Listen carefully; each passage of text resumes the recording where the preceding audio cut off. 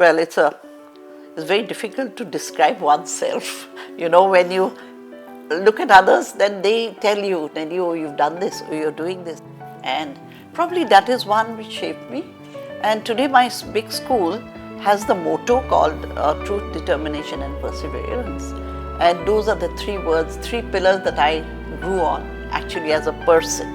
And I didn't give up.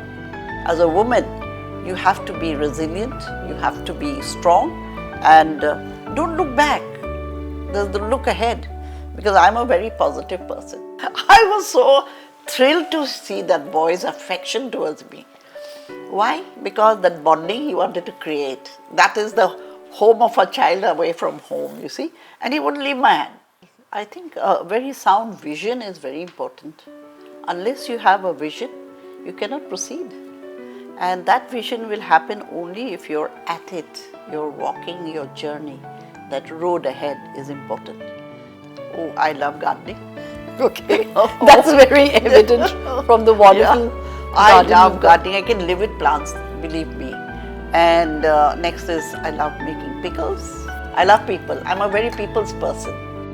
Welcome to the Mockingbird Show interview series. Today I'm really excited to have a special guest. She is a pioneer in the education sector of Northeast India, and her journey is truly inspiring. She has been instrumental in shaping the educational landscape of Assam, and her dedication in providing quality education is commendable.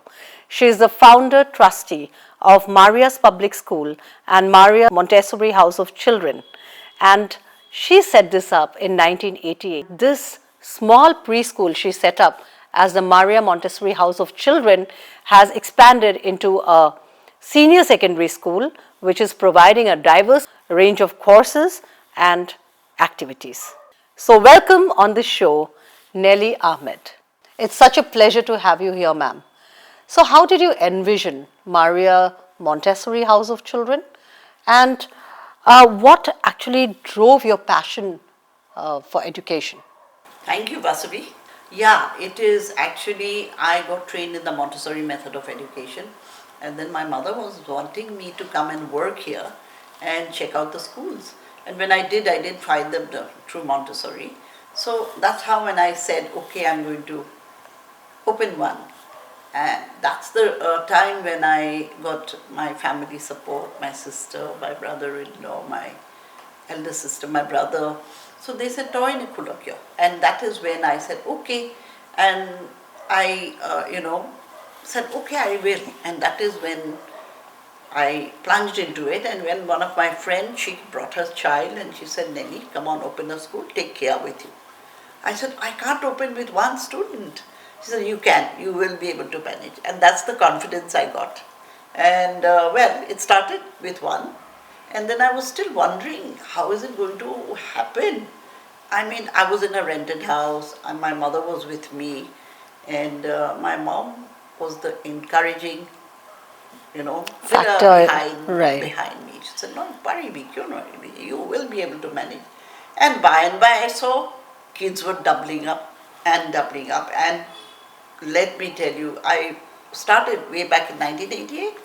And that was the time when the market was not matured at all. Absolutely, They were not wanting, they did not know what the Montessori system of education was.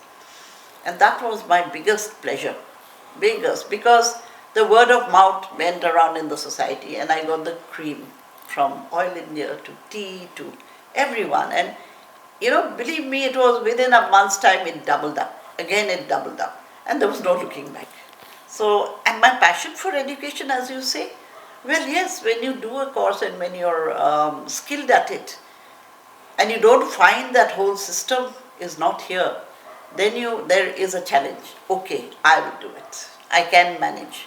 And that's when my passion said, these kids are not learning what they should be doing. And this hands-on activity is something which I was like dying to get on the kids with, what they should be doing, rather than writing ABCD and not going through the normal rigmarole of a traditional school. And so my passion was that I have to get the kids online with me, sitting on my lap, believe me, and they would cry, they would puke, the new kids, But I said, no, they will learn and they would get on to the, system of being with me. There was no question of writing or anything. The space that I gave them, the freedom that I gave them to play around, talk, chat, that's what I enjoyed. That human connection between a little child, and that's why we call it the house of children, because the school is not a school for them, it is a house of children, it's an extension of their home to the school. And that's what, when I have these loving hands of my teachers, and those days, what teacher? There were about 3 of us, and they were so loving as well. And so the kids came in and they were all happy family and a happy environment. And soon, within a year's time, I was given a bigger place, so it rolled on. So that is really wonderful. It actually resonates with what I do. I have been in this education scenario for a very long time, and I can understand the challenge you feel when people don't understand what you're doing, and when you know you're doing the right thing. So it kind of drives your passion. You feel that you need to make them understand, do the best that you can in whatever work you're doing. So it's, for us, it's education. So I feel somewhere we kind of resonate in the same wavelength. I have been meeting you and seeing you and knowing you for a long time. And so there is some kind of a connection. And this, when you tell me, you are telling your story that way back in 1988, how you started this entire journey and how it evolved. That sounds something like a real challenge, but a challenge that has a very fruitful outcome. So I would like to know, who is Nellie Ahmed? Nellie Ahmed, not the educationist, but as a persona, a woman. What is your essence? What are your beliefs? What shaped your beliefs and principles during your either childhood years or your teenage years? Well, it's very difficult to describe oneself. When you look at others, then they tell you, then you've done this, or you're doing this. Or then it's easier to kind of, now I would say my mother was the main background, big pillar, big support.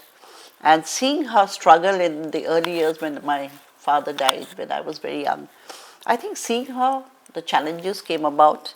And I only thought that you have to be determined, focused, and you have to not give up. And probably that is one which shaped me. And today my big school has the motto called truth, determination and perseverance. And those are the 3 words, 3 pillars that I grew on actually as a person. And I didn't give up. And as I carried on, the challenges obviously came.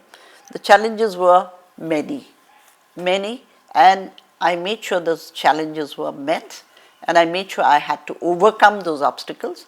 And I think as I went on my journey, the roads, one road opens to the other, they say, don't give up.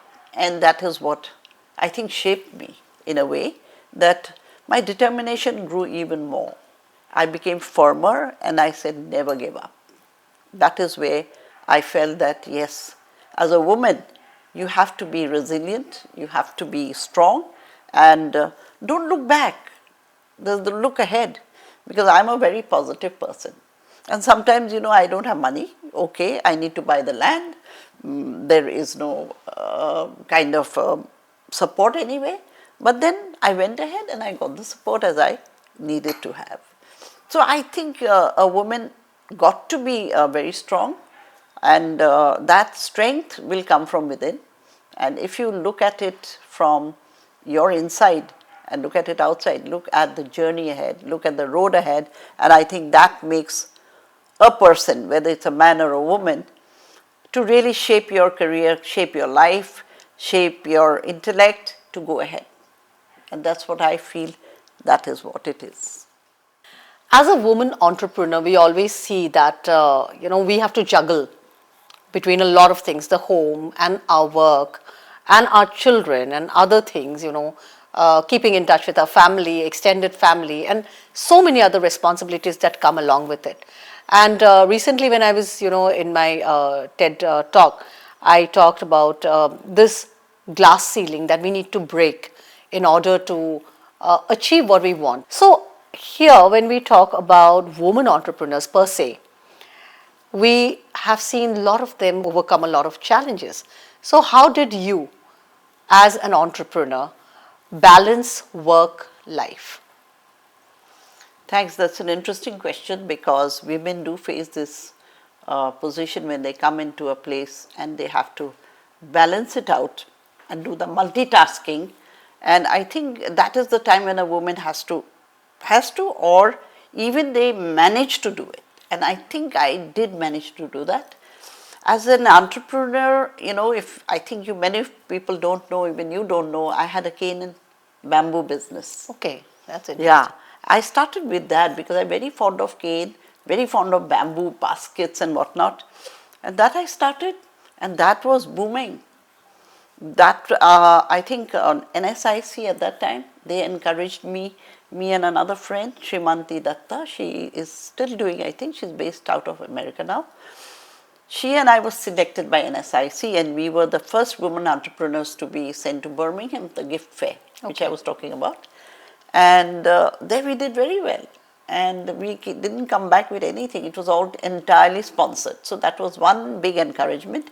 The other one was I was selected again from Assam to go to Bhopal as one of the independent woman entrepreneur.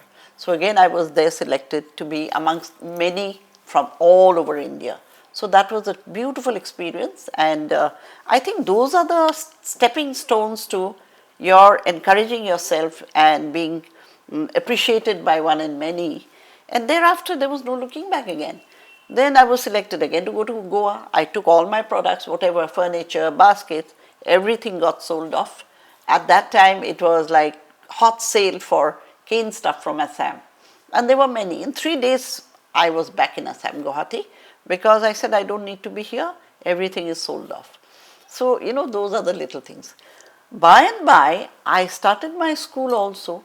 Now, whether to balance the school and the home cane business, the cane business grew phenomenally, and I had to travel to other countries. Then I said, now I cannot manage because it's labor intensive. Then I had problems with the raw materials. Then I said, which to choose? I think my education is much more important. That's when my mother said, Sa, education is something which you should never give up. And this is something which you will take it with you when you also grow bigger, older, and that's where you will do well. And that's when my school started galloping, I would say, to another level where parents would say, and I tell them there's no place, where do I take them? Hey, baranda khon ase nohoy, you can put another class there. Those were the encouraging ways that I found I was looked up as a lady who can manage and we can trust. And they had faith in me. So probably those are the challenges I had, but at the same time, huge response and huge, I would say, inspiration from the organizations that I was connected with. So it was a kind of a push that you got. So that is very important because we need to, kind of have that kind of a backup, and that I feel is really inspiring in terms of be it the organizations or associations or the parents who kind of coaxed you to go to your next class and then to the next. Right. So it's we need somebody to have to have our backs. That is I think also not to take everybody's word for granted. It is how you choose what you want to do exactly. Yeah. And balance it out, because after all, a woman cannot travel at night for buying, procuring material for so the it's basically the choices we make. Yeah. The choices we make as a woman. Yeah. So that is where you need to choose your line of action and stick to it. Stick to it. So yeah, we need to understand what we want. We need to have a vision of how we are going, and we need to stop at times and think. We need to be sitting back and thinking before we take another leap. And that is, I think, very important for everyone. Yeah. And most important for women, because we have to balance it out in many aspects, Right, not the only one. hope. Yeah, when you're at the crossroads, that's the time when you start thinking and you have to decide, because nobody will decide for you ultimately. Then you know your priority, and this is what it is. So, coming back to the schools, Maria Public School has a inclusive education, and you have been working in this inclusivity of children and mainstreaming them in whatever possible way. So, so what kind of inspired you to include children with special needs in Maria's, and how far has this vision taken you? Oh, very interesting, and I love this topic. You know why? Because since I'm in the Montessori system of education, Montessori apparatus, the equipments, is also meant for the specially able children. Yeah. So it's not restricted only for the normal children. So that's when I said, why not extend your open arms to even children who need them? So there was a girl, parents, Mr. and Mrs. Hazarika, they came and approached me. We heard about you, and I believe you can take children like our daughter. I said, yes, of course, and I admitted her. Then the word went around. Another boy came who was mute. He said, we will take him, no problem. So there's no looking back, because the equipments that we have are all meant for our very own children who are specially able as well as the normal children. So that is one thing which I started right in the beginning. So it was nothing new. And when it went on, there was no questions being asked for by parents that why are you having these kind of children with our children. It was absolutely normal, it was in the mainstream, and we could integrate them together. And that is what I still see in my school, in my high school. They're beautifully integrating, and nobody questions that why that child is limping, why can't he walk. There's no question, because they have empathy. They are with them. In fact, without telling a child, they go and help them to climb up the bus also. In fact, we're getting another bus, new bus with a ramp and everything. And so I feel that, if you segregate and think in your mind that, no, we cannot take them, we can only take them. No, if you take it right in the beginning, inclusivity anyway comes in. And I think the society learned through our parents that when you get these kind of children, you've got to take them in. I can absolutely understand what you are meaning about this integration, which is so important, and the shared responsibility that you have just spoken, how a child helps the other child climb the stairs. And that is so important for children to understand in order to mainstream children with special needs, because generally during our times when we were younger, we did not have these inclusive education classrooms.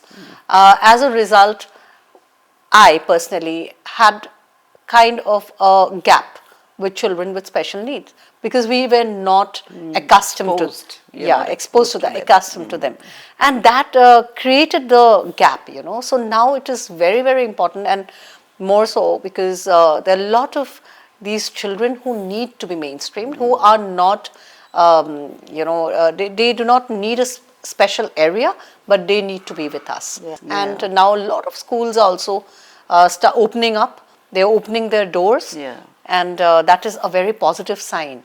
Yeah, well, now Government of India, in fact, with the NEP 2020 mandate, it is compulsory for all schools to have the inclusive education. And that made me so happy that we already started 35 years ago, and that became simply as naturally as possible. And for us, it is a very normal and a very happy feeling that we were one of the first schools in the Northeast to include these kind of children with us. And we still have them, You set up Maria Montessori House of Children in 1988, and today is 2025. There has been a paradigm shift in our education system. There's a lot of changes that has happened. So how would you describe these changes that have come, and how have you evolved because the scenario in 1988 and today what it is, and post-COVID more so, things have changed. Yeah. So how would you describe these changes, and how has it influenced our students, our educators, and the entire learning process? So that's interesting because there's been a huge paradigm shift, yes. And more so after the COVID times, we have all become tech savvy. We all learned how to go hybrid learning. That's one. And in the earlier times, from a Montessori school, which is a very experiential learning by doing, was very natural to the whole teaching and learning process. But when they step into the formal schooling, it's more a traditional school. And as we stepped into the COVID times, again there was a huge shift, a huge challenge, I would say, more for parents as well as children and for teachers as well. And we didn't know how to cope with it. And I think that is a very good learning experience we got, where we could cope up as the times demanded. And therefore, I think that was one of the stages in all the schools across the world. They shifted the whole learning process into hybrid learning. Hybrid learning. And I think from there the changes have come about. The challenges came, the obstacles we knew how to go about it.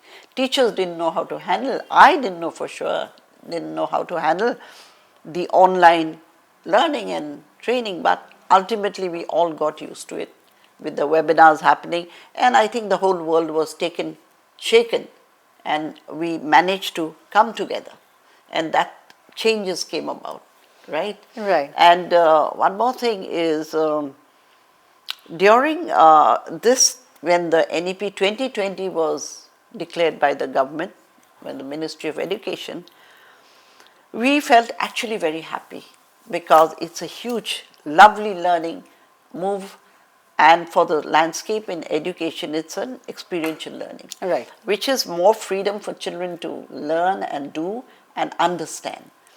And equally good for teachers because they are also learning by doing, and they are acting greatly with the children to give a hands-on experience about every subject.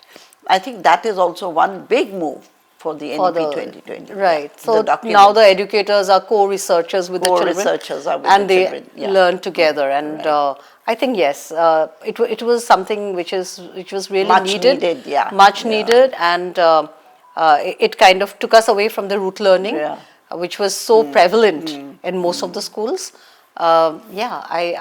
This is a welcome change actually that has happened. Very and, good change. And the implementation now is actually showing the way, forward. And I feel that in next 10 years, this is going to make a lot of difference to yeah. the students who would be passing out, because they'll have a different way of looking at things. They'll look Absolutely. into the 21st century skills of critical thinking, problem solving, all of it. Yes. And equally the teachers are being Yes. helped because they are understanding how to handle a child, how to understand their critical thinking and how to proceed with their problem solving skills. So all these 21st century skills are going to be in place. Already it is in place, and I think more and more schools, more and more teachers are equipped to handle. Right. And that is, I think, a very good move by the government and for the educators. Absolutely, absolutely. There is nothing like a good student or a bad student. So they come in different packages. So during this long education journey of yours, can you recall any such student who has, kind of grabbed your attention? And how did you deal with them, or what were the special approaches you had towards them? Very interesting was, there was a child in grade 5, okay? And he broke the computer keyboard. He broke, but he just pulled up the keys. And the teacher was very angry. Why are you doing this? Then he said, "Ma'am, I'm doing this because I want to see how computer keyboard is made. I'm going to fix it again." So then I felt that this boy's got engineering attitude. Don't scold him. So ask him to fix it back if he can. He couldn't manage, but look at his thought that he wants to see how this was made. That was one. And so I said, don't call the parents, don't be angry, because you have to respect the child. He has something in his mind, and that is working on him. So let's find out, try and understand him. So, yes, ma'am, and that is where The teacher learned. She said, yes, you understand children so well. I said, you have to respect them, go beyond them. Try to think, why did he do it? And try being with him so that you can understand him better and help him further. And today, believe me, he's an engineer. Oh, that's such a wonderful Yeah, so these thing. are impacts that they leave with us, and we are so happy and we feel rewarded. Now, there was another child. He was barely 4 years, okay? And then my school was around 6, 7 years old. Lots of kids, and there was no place. Maybe a little more than that. And this boy was new to the environment. More hatkonnere. And he would just hold me, and then he said, "Moi slide kon khelibo khuisu." Then he would climb up the slide. I would be there with him. You know why he would be there? He would see whether his car driver has come. He would go home. So I found his trick. Then I said, "No, you can't play slide now. All your friends are in the classroom. Let's go back." No, mana jao heri. Tumi kot thaka? So he made quick conversation. Moi kolo moi eneke thaku. Okay. Mor deuta bahut paisa ase. And my father's got lots of money, and he's making a house for my aita. One room. And I'll tell him to make another room for you. I'm going to take you home. So sweet. That was touching, and very today touching. I can't forget, you know. So he was so sweet, and he kept holding my hand. Father's a doctor. And so when he came to pick him up, then I asked him, "Are you building a house?" He said, "No, I stay in the medical college campus." And is your mother here with you? No, she lives in Sipsagar. So your son tells me that you're building a room for her, and the next room is going for me. And he looked seriously at me and looked at him, as if to say, my lie has been caught, but I don't care. You know, I was so thrilled to see that boy's affection towards me. Why? Because that bonding he wanted to create. That is the home of a child away from home, you see. And he wouldn't leave my hand. So these are the little incidents which was years back into Ajileka Bonot Thaki Gol. I know. So they actually touch your heart, and it stays on, and it's going to stay for the rest of your life. Rest of my life, because this is an example I give to everybody. See the bonding he wanted to create, and that you have to. So how little children actually think, you know, and how they value relationships. Absolutely. So it's much more than the adults do when we grow up, because they think straight and they think innocently. And they can create that bond, you know. That and I love being a child with a child. Yeah, and children are magical, I would say. All these years I've noticed they are magical. They can uplift your mood. Yeah. They can do magical things to you when they are around you. Yeah. And so this is like these children, I think I'm sure they must have grown up now. Grown up, he must be a doctor by now. Father was a doctor. So he just left that seed of, you know, love in your heart. And there was another girl. I'll tell you, that's very interesting. I was wearing a blue sari that day, and she refused to go to the classroom. Then I said, "Why won't she go? Come, I'll play with her." So I played on the swing with her, played on the seesaw, mind you, sari pini day. And she was happy that she was not into the classroom. So she was with me. Next day I went there again to check on her whether she was okay and settled. No, she was not quite settled. So again I took her out. I didn't pause her, I didn't tell her, I took her out. I roamed around the compound. Then third day I didn't go. And she was crying and she was asking for hey, blue sari pina auntie, code goal. So fourth day I went. So I was with her. Slowly we both got inside the classroom, did coloring with her. Half a day I spent with her. Whatever she did, I was with her. You know, all those days passed by. She settled very well and went off. Now, today, she has come in as a substitute teacher for my senior secondary for the history class. Right. Can you imagine? And she's just got a scholarship and she's gone to the University of Leeds. She's a very intelligent girl. She is one person who's laid an impact on me. That's amazing. Blue sari pinha teacher could go, ma'am could go, auntie could go, all kinds of names she would call me. So she just left my school about a week back. So she's, you know, these are the kind of kids, and there are many more stories, but these have laid an impact on me. So wonderful. Yeah. So moving ahead, we all know that failure is a part of our lives. and we all kind of deal with failures. So how do you deal with your personal or professional failures that in all these years you must have had? So how do you deal with them? That I would want to know, because I want my viewers to understand how we can actually overcome the struggles that come along in our paths. Yeah, I think in the earlier conversation I said that never give up, be focused. So when the challenges came to me, I took it as a positive challenge. And I said, why can't I just go ahead and do it?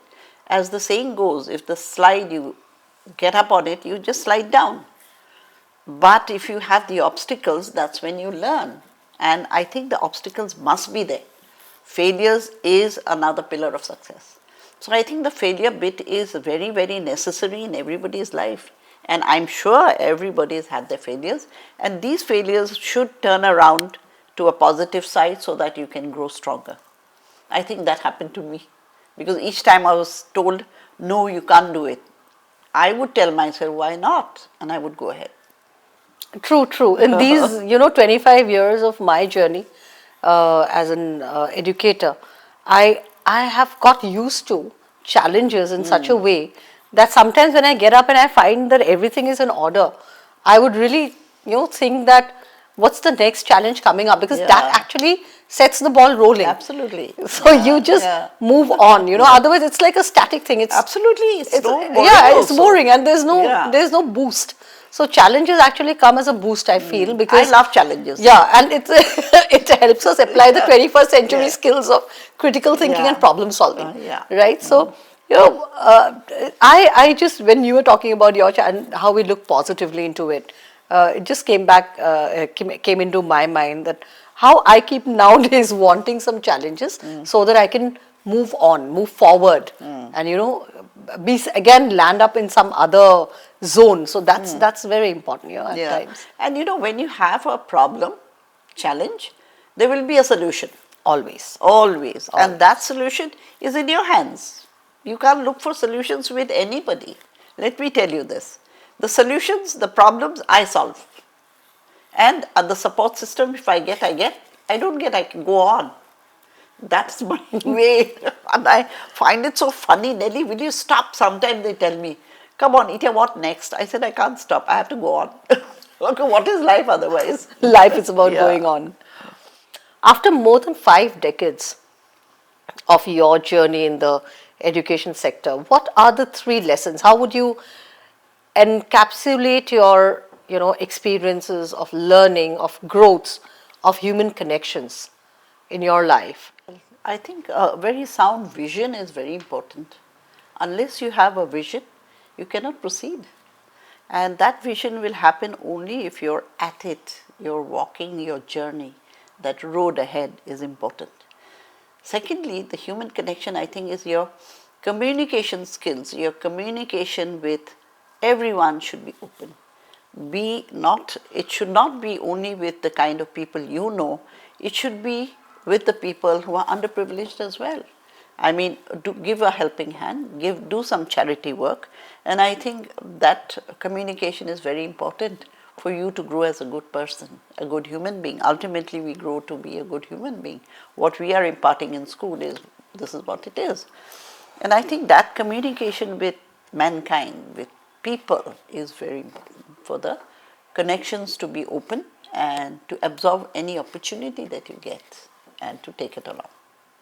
Yes, very beautifully said. The human connections that we develop, over the years, and that is what actually matters, and that is what we teach our children. We teach them about loving each other, empathy, compassion, as a human being with a soul. I think it matters a lot in it does. How we evolve in this whole journey. Yeah.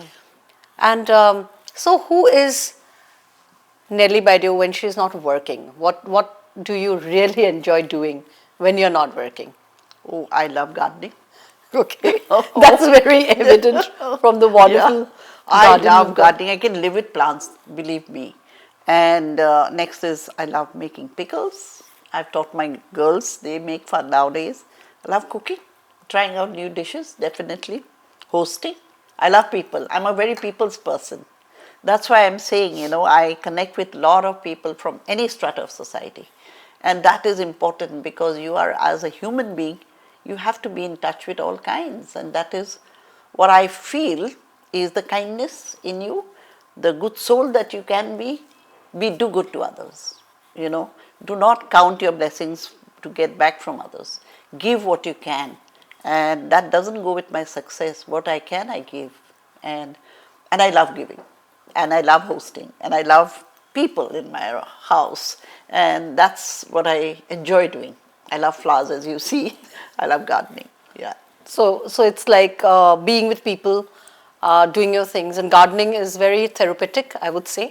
Yeah. It's like therapy, Yeah. and being the best version of yourself. I always believe in that, being your best version. And Yeah, one thing, cooking is de-stressing also. yeah, absolutely. Yeah. And Though I'm not a fan of cooking. Earlier I was tired with work. I said, what to do? Jayashree, take out this. So, and I would start cooking. And believe me, this girl is a better cook than me. She bakes the best cakes, she makes the best puddings, and the best pulao. Because I used to do with her to de-stress myself from work. And she's ultimately gained. She's picked So up that's the skills. empowering the others also. Yeah. And that is, empowerment is something I believe very strongly, whether it's a male, female, boys, girls. I want them to be empowered in whatever way they can. Whatever I can give, let them learn something. She knows driving also, my girl. That's lovely. And we need to add value Yeah. to the lives of people who are around us. Absolutely. And that actually kind of, bring, that builds the tribe, we say, the tribe of thriving Yes. individuals, be it a male, a female, any gender. We need not be, gender specific, but yes, Yeah. we need to, we can support people who are around us in our best possible way. So we've almost come to the end of today's lovely chat that we've had about Thank you. Yeah, your it was personal interesting. and professional life, and how you have, started and then gone ahead, and your very strong points which actually helped you stay focused and move ahead in life.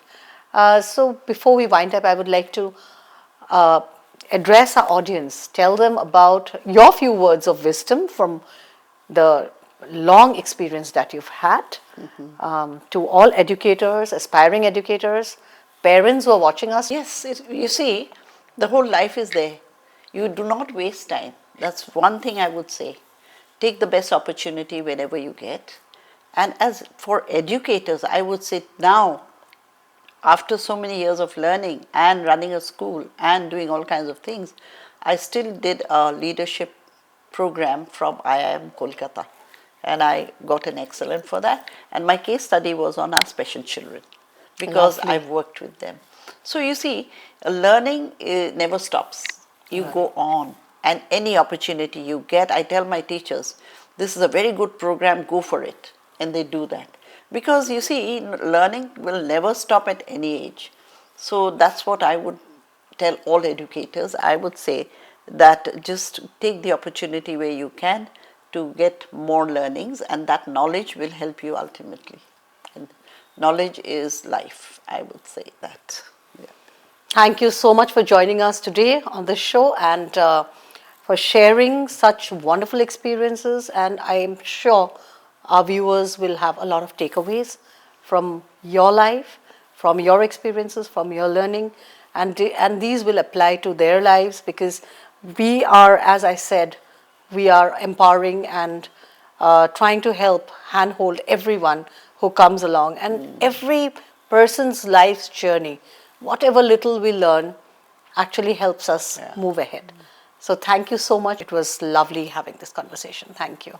Thank you, Vasavvi. It was wonderful speaking and spending time with you in expressing myself. Believe me, this is the first time that I've had a conversation of myself and of my journey. Although I've spoken to many people, but you had wonderful questions. They were very interesting, And I hope that the viewers like this. And we hope we can do some more. Yes. And I'm sure you're sharing the We same. can have a second one. Yeah, because we're in the same fraternity and we're in the same platform of education for our young children. Thank you. Thank you. You very much. You know, when we talk about the value of time, the song of Dr. Bhupen Hazarika comes to my mind, Absolutely. Kohua Bon. Oh. I think you know that, right? Yes, I know that. So let's just hum it. Okay. Kohua Bon Murohan Tomon Alful Hatere Luwa Haboti Eti Khon Jen Mukutare Dhon Eni Heruale Nahe Uloti.